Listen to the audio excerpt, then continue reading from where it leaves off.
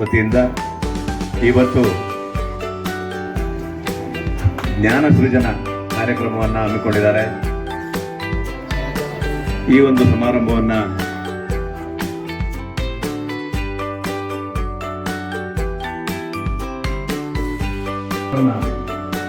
ಸೇರಿಸಿ, ಇಲ್ಲ ಈ ಊರಿಗೆ ಒಂದು ಪ್ರೌಢಶಾಲೆ ಬೇಕು, ನೀವೆಲ್ಲ ಆಗುತ್ತೆ ಅಂದ್ಬಿಟ್ಟು ಪ್ರತಿಯೊಂದು ಹಳ್ಳಿಗಳಿಗೆ, ಸುತ್ತಮುತ್ತಲ ಹಳ್ಳಿಗಳಿಗೆ ಹೋಗಿ ಆ ಜನಗಳಿಂದ ₹1, ₹100, ₹2 ಕಾಣಿಕೆಯನ್ನು ಪಡೆದು ಇವತ್ತು ಈ ಒಂದು ಶಾಲೆಯನ್ನು ಅವತ್ತು ನಮ್ಮ ದಿವಂಗತ